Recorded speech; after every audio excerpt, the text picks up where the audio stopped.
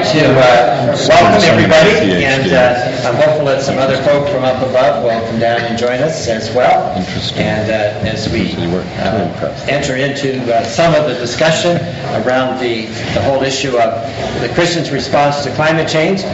The idea of doing it here came out of an event we had in Halifax where Dr. Jim Drummond, who attends the West End Baptist Church, one day I took him out for lunch and I said to Jim, I said, "What is your passion?" And he said, "My passion is connecting the local church with the issues of the environment." I said, he's an environmentalist and a scientist, and out of that we began to develop a kind of we call it a, what do we call it anyway, Mark? It's kind of a loose forum. Kind of a gathering of a loose gathering of people who expressed an interest in the whole environment. So I got Dr. Jim Drummond to connect with Mark, who is our Minister of Environment, and who I also knew had an interest in the subject of the church and its responsibility for the environment. And so out of that, a number of other people gathered. And in the fall, back in November, we had a gathering at West End in which Mark spoke on the subject, is Christianity a green faith? Come on in, there's lots of seats there. Is Christianity a green faith? And afterwards we had a panel discussion in which Dr. Drummond and Dr. Bill Brackney participated. And so I'm going to, by the way, you know Mark now, you were upstairs, and Dr. Bill Brackney is a professor of theology at Acadia Divinity College, has a special interest in the subject of the ethical issues surrounding environmental and many other things he's interested too. And Linda Lesby, who is the professor for the environmental department of Acadia University, was supposed to be here tonight, but she had her favorite pet died today. And so it was quite devastating. She lost her mother just, I think, 2 weeks ago, too, or recently. And she just felt she couldn't come tonight and be all together in her feelings and her presentation. And so Rob Rayside, who's the acting Dean of Science and who has an interest in the environmental issues and teaches in that department, has come along as well to kind of sit in for Linda and to help us in our discussion tonight. So I'm going to turn it over to Mark and ask him to kind of introduce the subject again, and then we're going to open the floor for questions. So we hope that you'll feel free to stand up and speak out and ask your questions of any member of the panel tonight. So Mark, would you start us off? Well, thank you. I get to speak again, but I admit I do so with a bit of trepidation because I'm certainly not an expert. The experts are beside me in theology and in the sciences. Henry Kissinger once said that political life doesn't create intellectual capital, it consumes it. And I certainly can attest to that. You're just kept so busy that you really don't have much time to reflect and to think and to read the way that you really should. But while it consumes intellectual capital, it does have the advantage that you're exposed to a broad array of different opinions, different insights, different issues. And so certainly while it doesn't make you a specialist in anything, it does help you become a more informed generalist. And so I share with you this evening as a generalist and not as a specialist on the topic of the environment or on the topic of Christian concern for the environment. The topic is Christianity a green faith? And one's tempted to begin by saying it doesn't really matter whether Christianity is a green faith or not because we must all care for the environment today. I mentioned in the sermon the challenge of the environment and several issues that are in the news today that bring it to our attention. The challenge we face is really unprecedented today. I was listening to Thomas Homer Dixon, who wrote the book the upside of down, and he spoke in Halifax at a gathering there. And in his book, which is typical of many books you can read, but his is very well written, he lists 5 what he calls tectonic stresses, social stresses, much like tectonic plates form earthquakes, these social stresses, and that's why he calls them tectonic stresses, he feels have the potential to devastate society. And of the 5 stresses that he mentions, 4 of them are directly connected with the environment.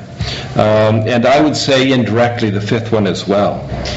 The first is population stress caused by differences in population growth between the rich and poor countries, the growth of megacities and urban slums. And having been in Rio and Sao Paulo, Margie and I were quite fascinated. I, of course, grew up in Bolivia, so I knew something of poverty, but the slums in Rio and Sao Paulo are quite unique. The second one is energy stress, caused by the scarcity of easily accessible conventional oil. And we've all seen that with the price of oil rising. The third is environmental stress on land, water, forests, and fisheries.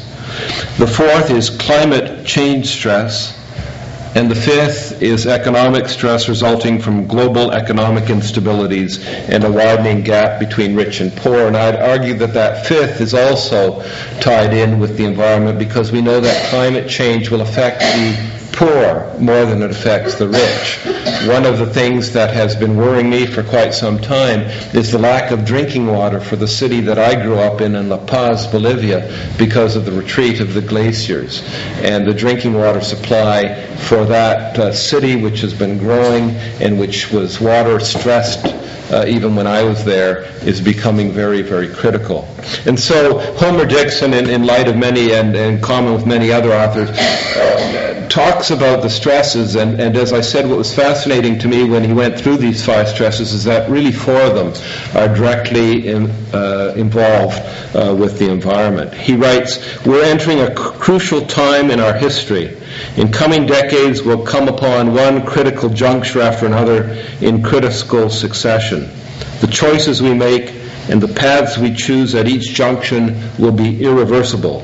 The stakes," he concludes, "are as high as they can get." And climate change in particular has brought this home to us, and it's brought it home to us for 2 very simple reasons. The first is that climate change cannot be confined by any ecosphere, any water sphere, any air sphere. We know already that the environment, damage to the environment travels far and wide. Rachel Carson's book, The Silent Spring, when I was here at Acadia, actually helped us realize the spread of pesticides reaching up to the Arctic. But in an even more compelling way, climate change cannot be confined to any political area, any geographic area. It affects the whole world. It can't be regionally confined.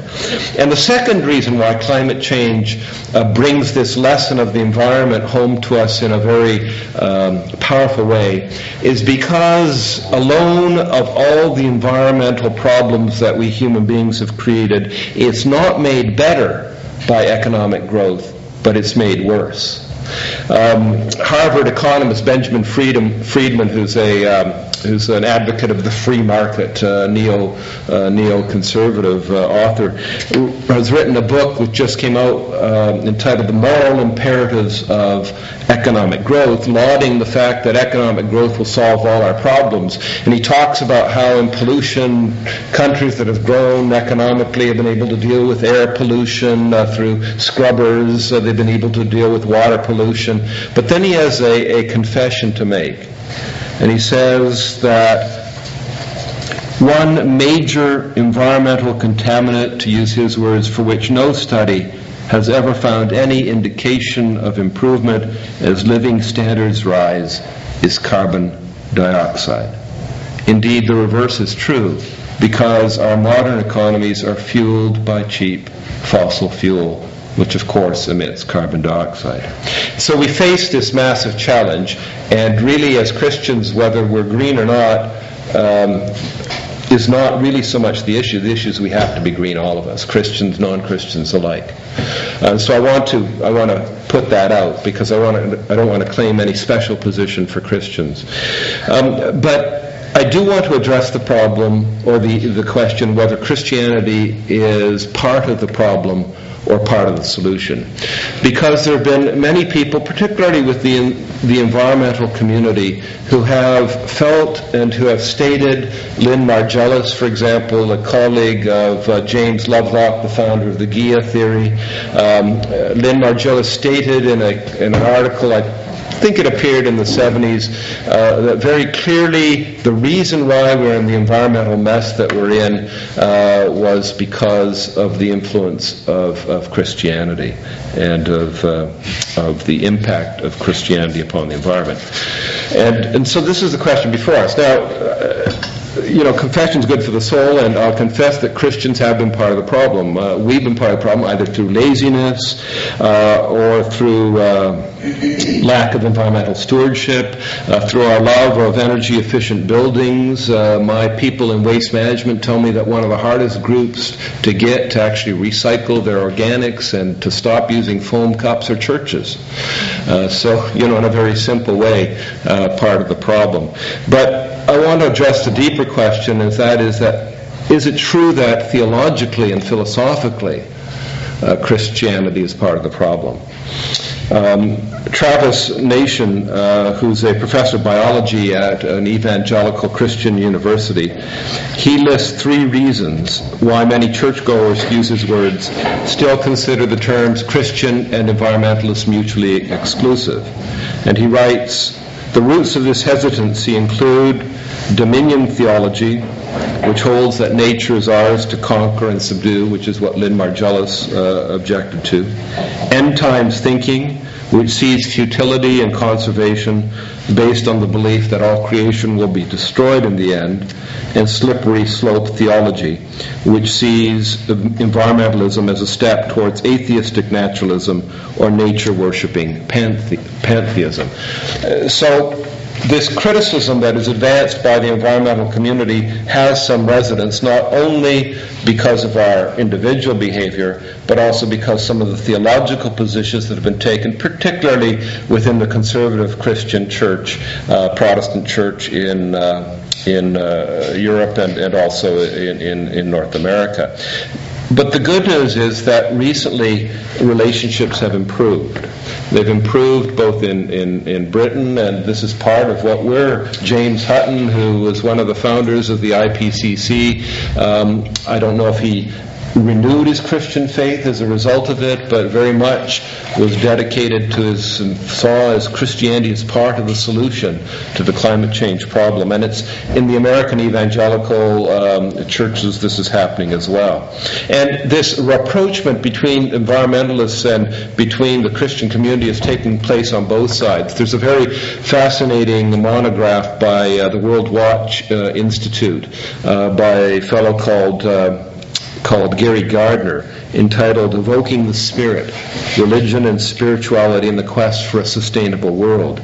And he laments that the two groups haven't been working together, but rejoices that there are signs that now they are working together. And he claims that both environmentalists and faith groups share important interests that can complement each other, and they also have strengths that can complement each other. And so he is excited, and this was written in 2003, of the growing rapprochement between the faith communities, he writes about all faith communities, and between the environmentalist community. Indeed, I've been in various churches recently, and I've seen in every church a denominational magazine, Wesleyan, Salvation Army, Baptist. Of course, United Church has been interested for a while in the environment, but I've seen everywhere articles upon caring for the environment and articles calling for greater involvement in caring for nature. In this recent issue of The Economist, there's a special 16-page supplement on religion and public life. And in that supplement, Harvey Cox, who teaches at Harvard, speculates that the environmental concerns may well be the issue on which liberal and conservative Christians finally are able to find common cause and get back together. The religious left has long been involved in greenery, notes Cox. The big changes come on the right. Conservative Protestants in America originally backed their political allies in the oil industry. Now more of them, he writes, are concerned about what they call creation care. So there's this rapprochement taking place between environmentalists and between the Christian community, but it's not without its detractors, both on the religious side but also on the environmentalist side. There are environmentalists who, as I said, lay the blame for our environmental crisis at the feet of Christianity, and they point in particular to that passage in Genesis 1:28, where God says, God blessed them and God said to them, this is Adam and Eve, be fruitful and multiply and fill the earth and subdue it and have dominion over the fish of the sea, over the birds of the air, and over every living thing that moves upon the earth. And so environmentalists claim this command to subdue the earth is what lies at the heart of the environmental problem, and it's obvious that Christianity, from its very inception, the Judeo-Christian tradition, is part of the problem. I would argue, however, that when you read that passage in a modern context, yes, it's bad. When you read it in the context of its day, it has a different meaning. Let me try to explain what I mean. Charles Taylor, the McGill philosopher, one of the best-known philosophers in the world, has just written his magnus opus called A Secular Age, a fascinating book. I'm trying to wade my way through this 2,000-page book. If you only have time for the introduction, it's about 100 pages. It's well worth it. But anyway, he claims that up until about the 1500s, we lived in an enchanted world. And in that enchanted world, the divine was present. There were evil spirits and good spirits. There was things other than the human creature, to which the human creature was in relationship, and hopefully in obedience to the good and in the rejection of the bad. But since the 1500s, with the rise of what he calls secular humanism, that all began to die away, and instead of this enchanted world, you had a disenchanted world, and at the center of this world was the human creature. And so he claims, and I agree with him when you read the history, that in the context of secular humanism, where you have no one beyond man and woman, then this command to subdue the earth takes on a very negative connotation. But in an enchanted world, where the human creature is bound to God and to other spirits, where creation is alive and the human creature is simply part of that nexus of enchantment, then the mandate given in the book of Genesis is a very different mandate. Indeed, my doctoral supervisor at McGill, Doug Hall, who some of you may know, he married a Port Williams girl. And Doug is one of the better-known theologians in Canada, now retired. But he claims, having read the Scriptures very carefully, that when you read the Scriptures, the dominant theme in there is not a theme of subduing, but a theme of caring for, a theme of stewardship.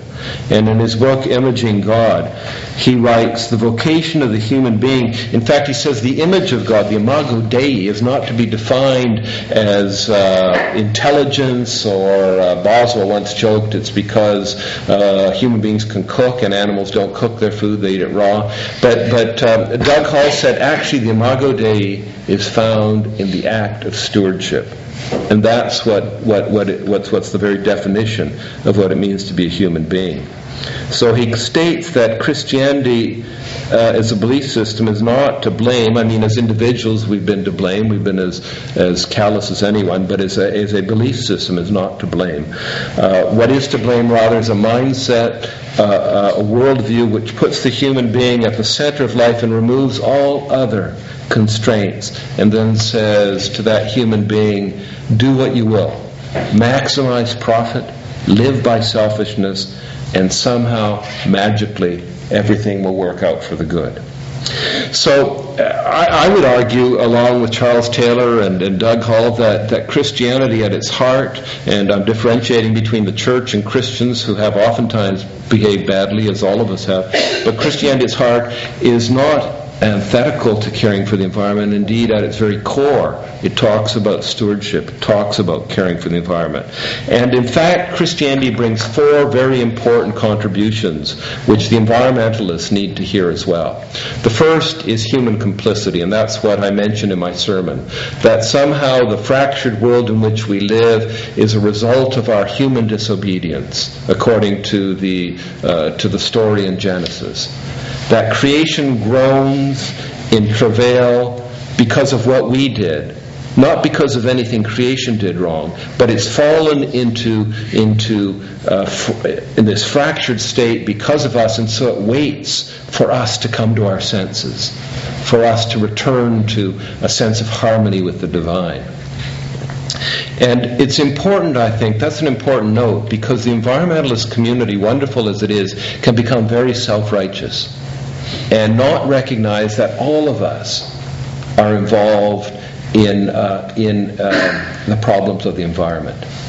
We were down in the Amazon, Margie and myself, and we were with some people, and they were talking about how these Brazilians were cutting down the Amazon. And I found out the reason why it's such a problem, not only the extent of the cutting, but the soil used to be the bottom of the Pacific Ocean, they claim. But the soil is pure sand. It won't grow back. The roots of trees don't grow down into the soil. They grow sideways, and the forest lives off itself in the abundant rain. So when you cut it down, it can't replenish.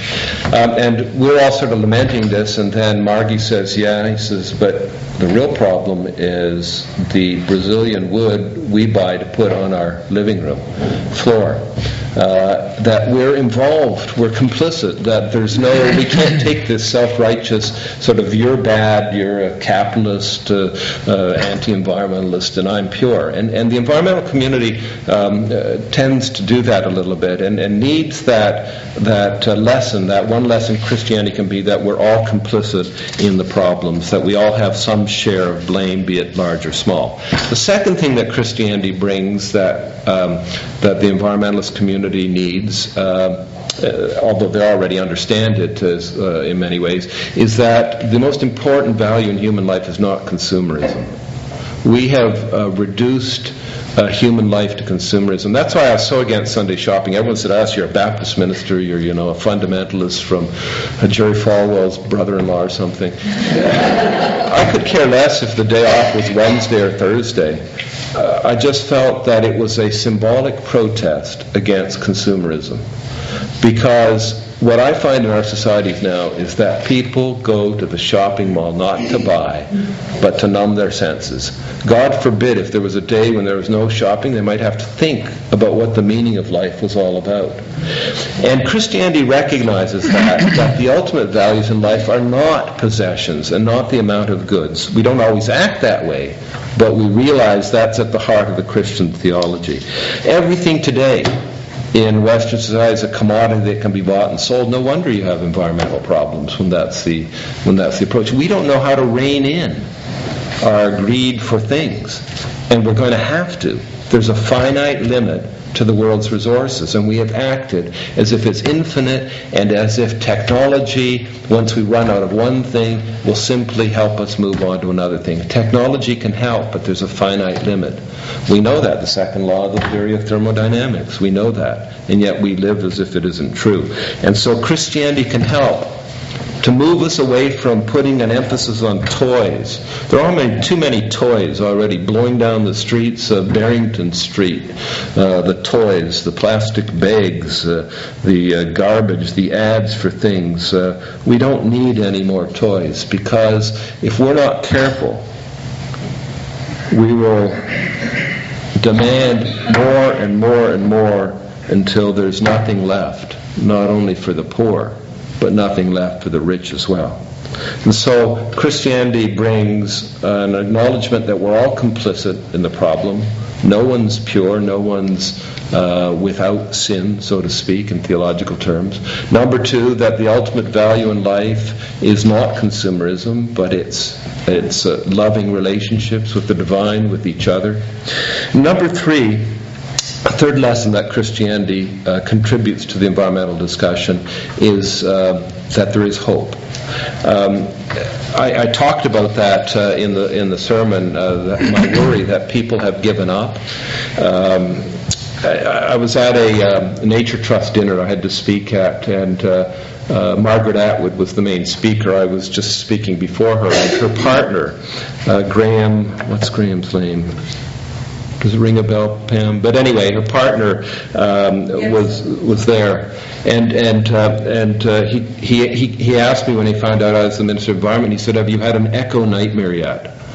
And I said, "An echo nightmare? What's an echo nightmare?" And he said, "Well, in the 60s we all had nuclear nightmares, that the world would end in nuclear war." He said, "A lot of my friends have had echo nightmares. I've had two myself," he said. And there's this tremendous mood of despair in the world today. People have given up in many ways. They retreated to their computers, to their shopping malls, to their small circle of friends, and there's this sense of despair. A mother told me the other day that her child came home terrified from a 6th grade science class, convinced the world was going to come to an end, not because Christ was coming back, not because of any premillennial dispensationalist thinking, but because her teacher told us that the world was going to be destroyed because of climate change. And if you've looked at the cover of James Lovelock's newest book, The Revenge of Gaia, Lovelock, as I said, was the founder of Gaia, NASA scientists who founded the Gaia theory. But you would think that it was written by Timothy LaHaye. It just looks like this end of the world sort of scenario on the cover. Not that there's not any reason to be concerned. We need to be deeply concerned, but not in the way that we give up hope. The future can look bleak, but the Christian community knows that alongside of us, within us, is the Spirit helping and guiding. And we are not alone in this problem of the groaning of the environment. So human complicity, which keeps us from self-righteousness and from judgmentalism. Number two, the recognition that consumerism is not the end goal of life, that the person who dies with the most toys still dies. Number three, that there is hope, that we're not in it alone, and that we can find resources within ourselves, beyond ourselves, even when we feel that we want to give up. And then the fourth thing that I think Christianity contributes is a recognition that there is life beyond human life that has a value and an authenticity all itself. That the other exists, and that other has every bit as much right to life as I do. There's an instrumentalist attitude which some environmentalists have, and some converts to environmentalism have. We care for the environment because if we don't, it will come back to bite us. And I was sharing this worry I had, and I think our professor Jim Drummond. And Jim said, "Well, I don't care, as long as they care for the environment." But I do think it is important, because if you care for the environment simply because you're worried how it will affect human beings, then I don't think it's enough. Unless it's coupled with the belief that there's a life in nature that's every bit as sacred as our own life, then I think what will happen is that environmental enthusiasm will wither and die. If the only reason I care for the environment is because of the effect on myself and my children, it's good, but it's not enough. A deeper spirituality is needed. A spirituality which re-enchants the world. Not in a pantheistic sense, but in a mystical sense. It's hard really for me to describe what I'm saying, because I know some of you are worried that I'm going back to some sort of paganism that sees spirits in everything. But let me be simplistic, and maybe this will get across what I'm trying to say. If you look at a tree and see in that tree only the value of the shade it can provide you, or only the board feet that you can get out of it to build a house, then your environmental commitment is too shallow. You need to look at the tree with poetic eyes, with mystical eyes, even if you do use it in the end for board feet. The Jesuit poet, Gerard Manley Hopkins, who wrote at the height of the Industrial Revolution in England, I think gets at what I'm trying to say better than I can say it in words. So I'm just going to read his poem. He wrote these words: "The world is charged with the grandeur of God. It will flame out like shining from shook foil. It gathers to greatness like the ooze of oil crushed. Why do men then now not wreck his rod? Generations have trod, and all is seared with trade, bleared, smeared with toil, and wears man's smudge and shares man's smell. The soil is bare now, nor can foot feel being shod. And for all this, nature is never spent. There lives the dearest freshness deep down things. And though the last lights off the black west went, O morning at the brown brink eastward springs, because the Holy Ghost over the bent world broods with warm breast and with bright wings."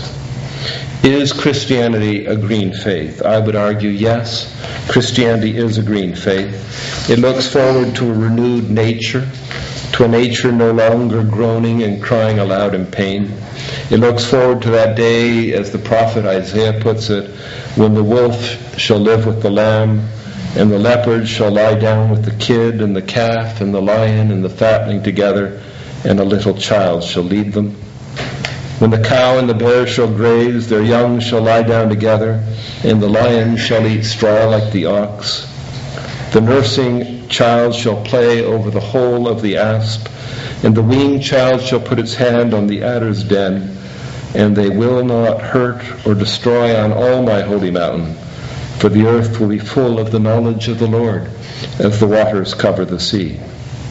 Christianity anticipates a heavenly city, New Jerusalem, the urban and the rural put back together in harmony, a city no longer divorced from nature. And one of the fascinating things to me is the first city, according to the biblical data, was created by Cain after he killed his brother.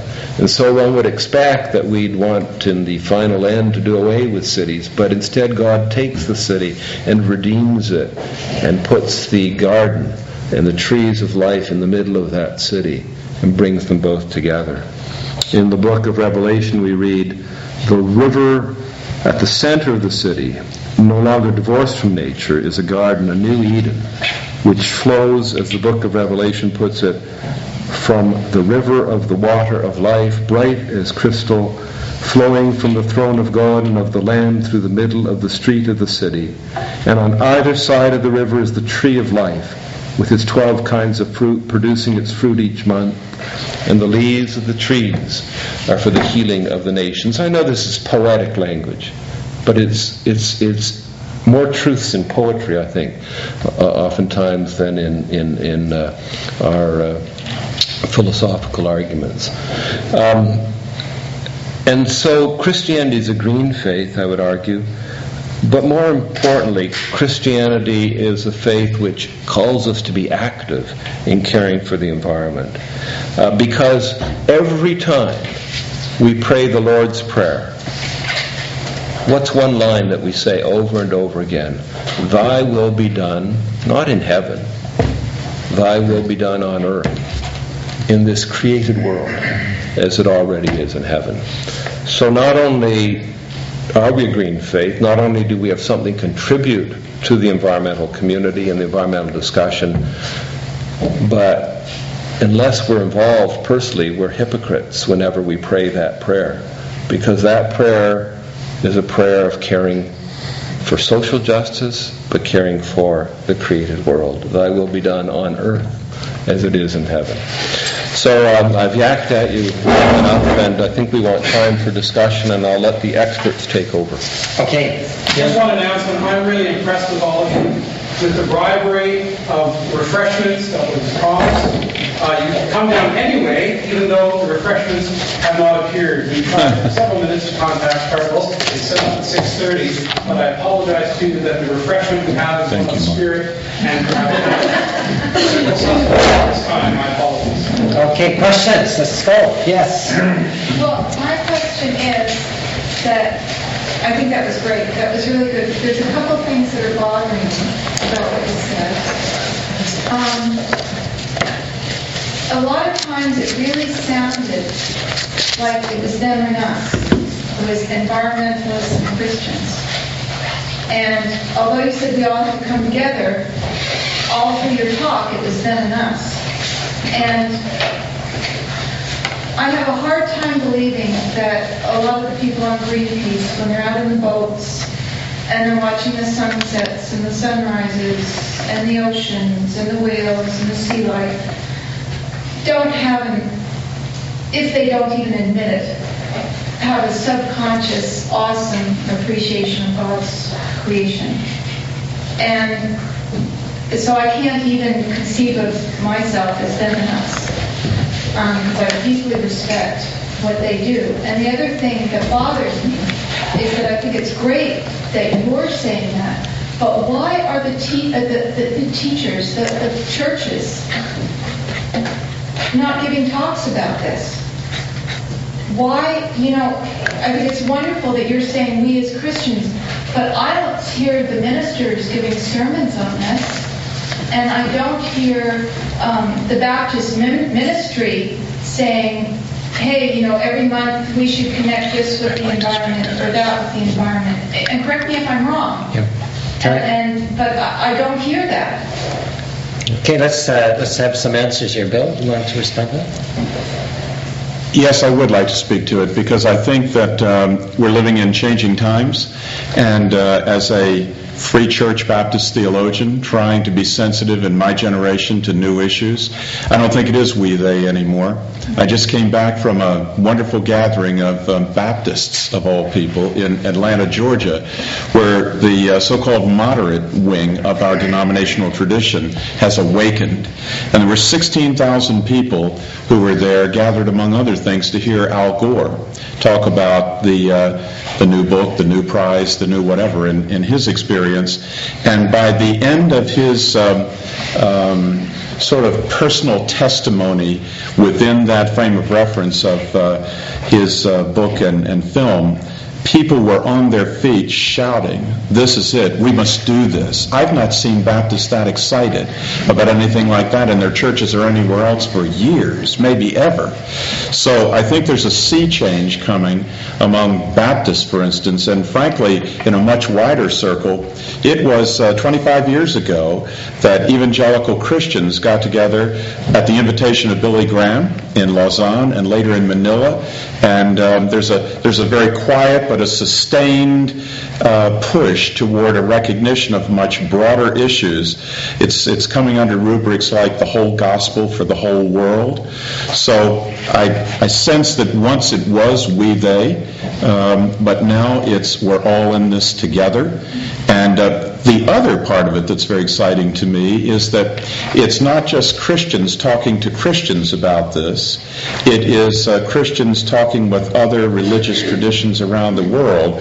It's getting late. Christian theologians are at the table, Hans Kung and Jürgen Moltmann and others, saying, we're all in this together under God. We need a new paradigm theologically. So I think there's some really important changes taking place in our lifetime that I would very much affirm. Not to put in a plus for the Divinity College up the hill, but we are training a different kind of man and woman today for ministry than we trained back in days when Mark and I and others, last century when Dr. Watt was in seminary. You're supposed to laugh at that. Century ago. Yes, last century. Not that was wrong and we're now right and we've had the truth and we're climbing up on some high horse, but we are very much concerned. Every student that comes through that school is now required to take social ethics, Christian social ethics. And we're very concerned that we address that in the community of Acadia University. So Nova Scotia, frankly, is a very exciting place to be about that kind of work as a Christian. Rob, did you want to add to that? Yes, I might add a little bit from the person on the Greenpeace boat's point of view as well. I think there have always been people who have been way out in front, leading us and directing our attention to what needs to be attended to in the world. And people like Rachel Carson, that was mentioned tonight, was obviously a leader in that area as well. Those people are people who have got a concern for the environment, for the world that they live in, which is far more passionate than any of us have a concern for almost anything else. Just to get them out in the boat there in the South Pacific in the first place shows that they really have a passion for what they're doing. I'm sure that they look out at the sunrises and sunsets as you describe them, and they must wonder where that comes from. However, like any group of people, there are going to be some among that group who are believers in Christ, and there are some who are not. And those who are, I presume, will see God behind it and will recognize that Christianity and environmental movements are quite compatible with each other. Mark, did you want to respond to? Yeah, I certainly didn't mean to infer that within the environmentalist community there's not people of very strong faith, and clearly they are. Originally, when the environmentalist movement started in North America, it was really around the issue of conservation of land, and you still find even in business communities there's a strong passion to conserve land, but there was a certain parting of ways over the feeling that Christianity, A, was so heavenly minded it was no earthly good, and two, that passage, subdue the earth. I remember at a Baptist Convention of Ontario and Quebec meeting I was at, and this was when Trudeau was Prime Minister, and I was a minister in Kingston, Ontario. And one of the resolutions was the inviolable right to private property, that the convention would uphold this because they're quite concerned that Trudeau was moving in a direction that would see state control. I argued against it, and I argued against it because of the fact that the Bible never teaches that this world is ours. It teaches that it's God's and we're merely stewards of it. And to make any statement about private property in that sense, although I understood it was aimed at a different target, would be making a statement which I thought was wrong. But oftentimes the church has done that. And even though as individuals there have been people of faith in the environmental community and people of environmental persuasion and concern within the Christian community, there has been in more recent years, there has been this parting of ways that's only recently starting to be overcome. So not as individuals, but as movements. The environmentalist movement for a while saw the religious communities as problems at the worst, as distractions at the best. And in large part that's because the religious communities didn't seem terribly concerned about the environment. But that has changed dramatically, and Bill's alluded to that. Mark, that's good questions, both of them. Anybody else? We have some others. Or a comment. Or a comment, yeah. Reflection. Bit of wisdom you want to throw in. I just wanted to say I appreciate Dr. Bratton's comment. He said quiet, sustained push. Yes. As a Baptist pastor, I think that's what we're trying to do. To get up and say you have to, the hour's late. We're trying to do that to a point, but that quiet and especially sustained push to just keep it in the front, to get rid of the phone cups and to do the recycling, all those things, to say this is God's creation. So as a Baptist pastor, I think I'm one of the number who are trying to do it that way, and hopefully effectively. Yes. I was going to say that's not really enough, because we're really addicted to cheap energy, and the problem is much wider than just recycling. And people think that way. That's so wrong. Okay, question out there? Yeah, I guess similar to what was just said, I was curious, because I don't mind using my, like reusable cup, and I certainly don't mind putting my, potato peels in an organic thing, but all of that just strikes me as we're kind of slowing a deterioration, not stopping it. Like, are we past the point of no return? Like, can we just, not destroy the world as quickly as we were? Is there a... Well, I think we have to remember that the problem is immense, and we have to start with a first step.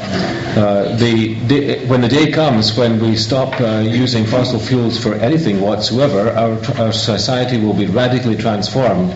If we were to do that instantly, we would have great difficulty getting up and living tomorrow morning.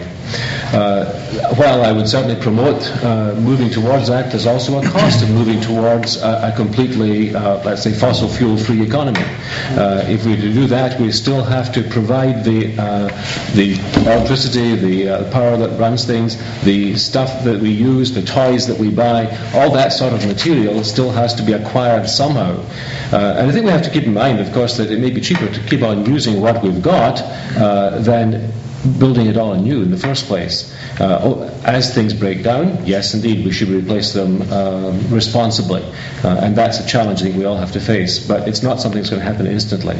Taking the first step may be not using that foam cup. It may be something much grander. But we have to make that step.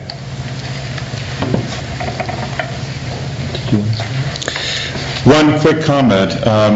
I think sometimes we become preoccupied with theological issues and theological questions, and that's good for the academy.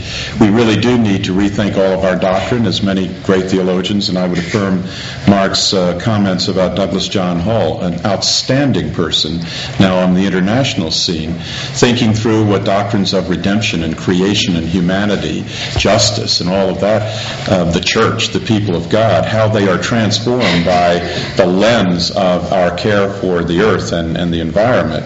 But maybe what the church needs to put more of its energy into is the ethical side of issues, the activistic side, where we begin to tell ourselves that this is right and what we need to do about it.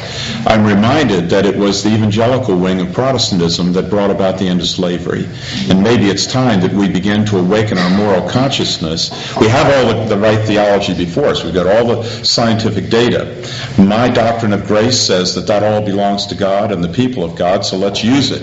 But what about getting off of our pews and into the streets and into the homes and the communities and the pulpits and beginning to actively endorse and engage ourselves in a crusade for the sake of the earth, which is God's creation? That would be truly a 21st century crusade of huge and important proportions. So I would affirm that, the ethical dimension. I agree that we need to do far more. I agree the challenge is huge. In fact, Thomas Homer Dixon says that the challenge of climate change to our capitalist system is massive. That we need to, it's going to have to be a radical shift, not simply in technology, but a radical shift ethically in the way we're willing to live. I mean, if everyone lived at our level of the global footprints movement, which started in Vancouver, actually, with Canadian, you'd need 2.5 Earths for everyone to live at our lifestyle. So clearly we're going to have to live more simply.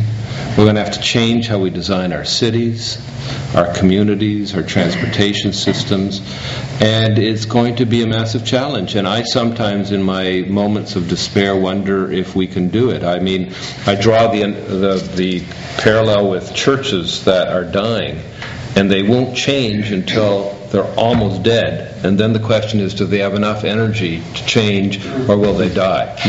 And I think that's really where we're at right now. But at my moments of despair, I mean, I was in Sao Paulo, and I said to the people with me, in Sao Paulo, there's 14 million people in the metropolis. In the state of Sao Paulo, there's 40 million people. There's tremendous wealth there.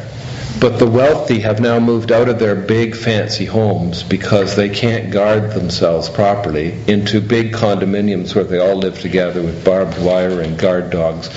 They can't buy a car. If they do, it has to have bulletproof glass. And if they're rich enough, they have to buy 3 cars, an outrider for their guards in front of them, an outrider for their guards behind them, and then they'll drive their new bulletproof car.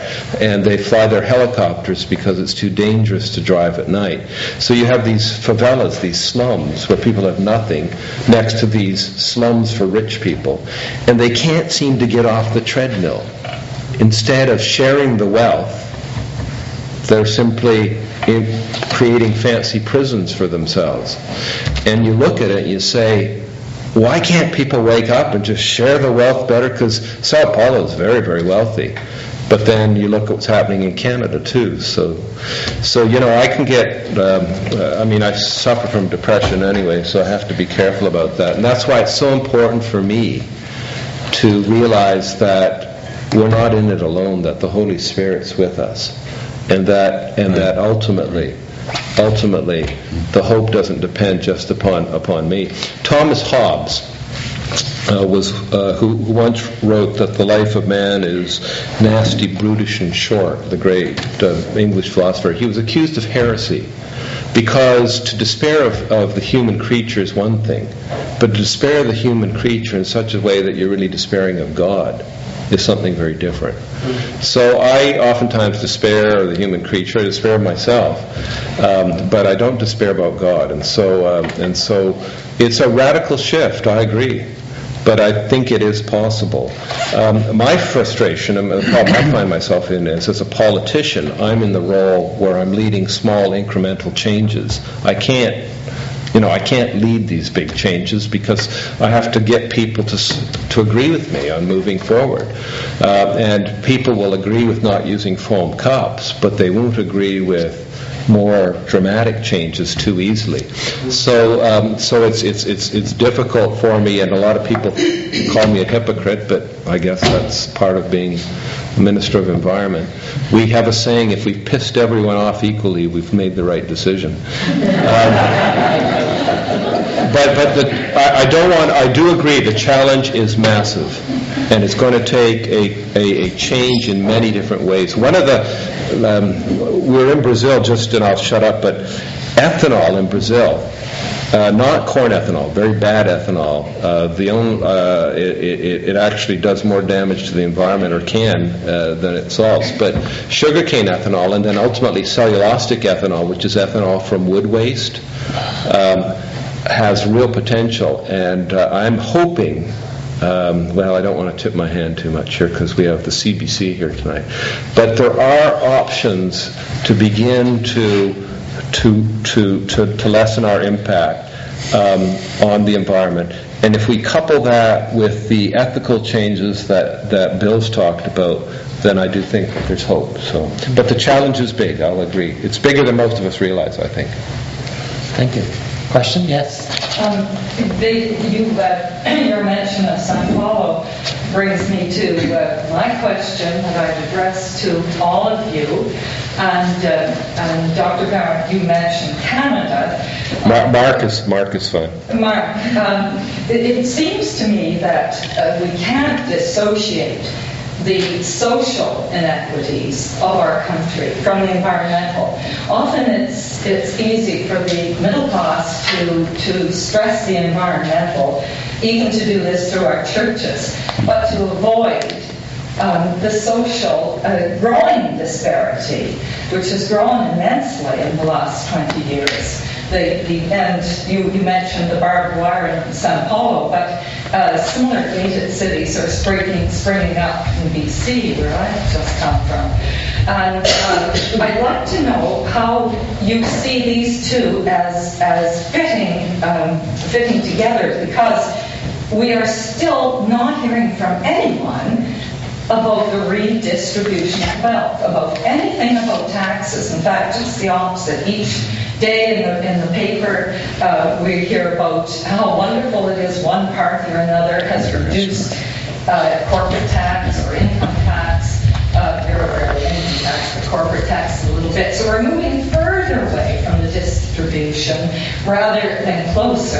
And it seems to me that the environmental big issue can't be tackled until we tackle that human issue with it. But I'd like your opinions on that. No, I agree wholeheartedly, and that's what I was saying. If everyone lived at our level, you'd need 2.5 worlds. So if the environmental movement is just those of you who don't have, keep not having so that those of us who have can continue to enjoy it, then it ain't going to work. That's why we have to have a social change in our lifestyle and show some leadership there.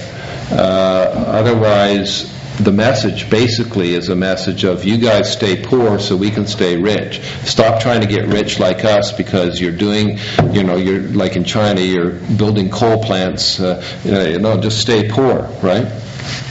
So yeah, it's a massive problem that way, and that's why I've stressed that's why Homer Dixon stresses that capitalism, unrestrained capitalism, is really challenged by climate change. Challenging capitalism, are we? Well, we are to a certain degree, and I'll tell you where we are, and that's in the total cost of production. Even Preston Manning now is on side.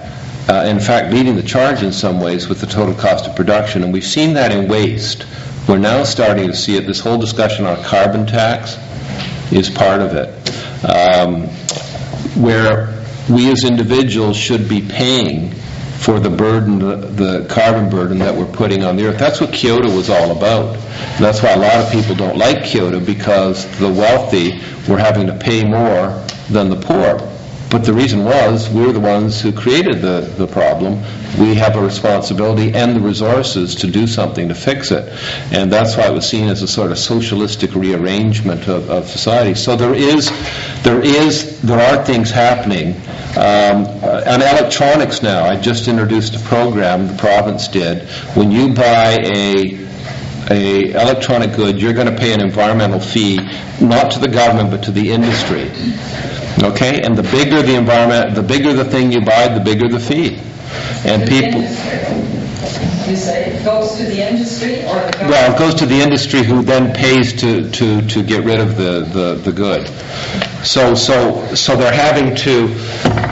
See, the problem has been that we've had all these goods, but someone else has paid for the pollution or the waste or the CO2 that's emitted.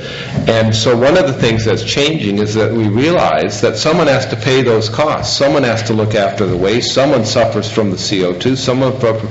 And so now they're starting to pay. Our air pollution program in Nova Scotia is funded totally by companies who we started off charging them $200,000. They're now over $1,300,000 for our air pollution monitoring program. And to their credit, they had no choice because we mandated it. But here they are paying for an air monitoring system to check on whether they're staying within emissions, and they're the ones paying for it. But it's only right because they're the ones producing it. And so there is a tax. The carbon tax is an example of that. There is changes happening in regard to that. And the other thing, too, is that climate change will affect the poor more than the rich. In Bangladesh, how many million are they talking about from rising sea levels? So it's not just a concern for those of us in the wealthy West. So I agree with you, but I do think changes are happening in the tax structure, and people are being asked to pay now for things that before they thought were free. Now, maybe it's not enough, it's not happening quickly enough, but it is beginning to change. Okay, Bill and Rob, I think I'm looking at our time, and I think we need to close it off. The panel will be here to answer questions. We do have our tea has arrived, and so you have a cup of coffee. Well, why don't we take one more question and coffee may come. Yeah. It's here. Oh, it's here. I think it's here. Yeah. Okay. Yeah. Go ahead, Bill and Rob. Rob, you wanted to say something about this. Well, I was going to respond to the question that was posed there, that noted that the large number of people of substantial wealth but not great wealth, who are a major issue in a major part of the problem in North America and Europe, are being joined by an even larger number of people of growing wealth in Asia. And I wonder if part of the reason that the whole concern about climate change and air pollution and water pollution as well, which we don't hear quite so much of these days, that has become such a big issue is because now perhaps half the world is involved directly in producing it and suffering from it. Maybe I just give one closing comment. Returning to the Christian point of view and the environmental point of view, when I was growing up on a farm, and you can probably guess where the farm was from my accent. And I remember at one time when I was about 5 or 6 years old, my father took me out to weed the turnips, and it was a horrible job. And he told me that someday this farm will be yours. And so I'm looking after this farm, not for me, but for you and for the generations that come. Now, as it turns out, of course, I fled the country whenever he said that.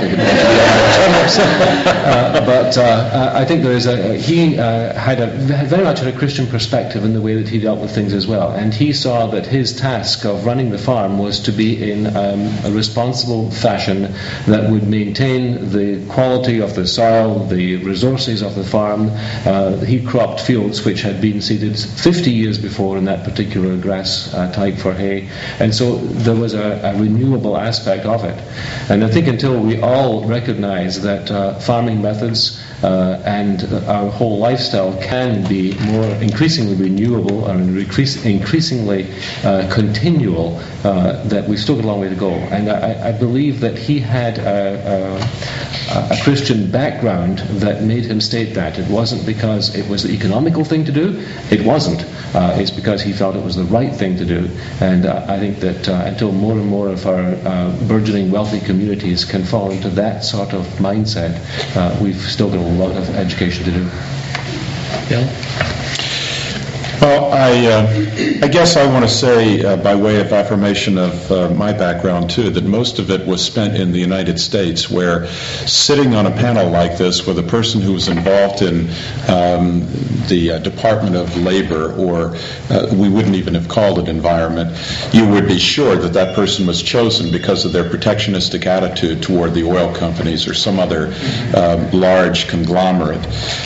It is a wonderful opportunity here in Little Nova Scotia to be seeing a minister of the environment who was elected by the accident of democracy, who happens to be a Christian, who can advocate these kinds of things, and without pandering to a very good political friend, a friend and politician. I really affirm and pray for people like Mark, who continue to bang away at the issues regardless of the heaviness of the political process that seems to impede everything. And finally, I guess I want to say that liberation theology, a theology of the oppressed peoples of the world, has spoken very loudly that we can't expect the poor to come up with ideas of transformation. To whomsoever much is given, much is required. It is Canada, it is Western Europe, and someday we hope the United States will come to some realization that there is a tremendous burden on the historically, nostalgically Christian peoples of the world to rectify and be transformed by the gospel itself, as it was in its purest essence in the teachings of Christ and the great prophets. So, end of the matter. Thank you, Mark. Thank you. Can we just demonstrate our appreciation for Mark and Jill and Mark?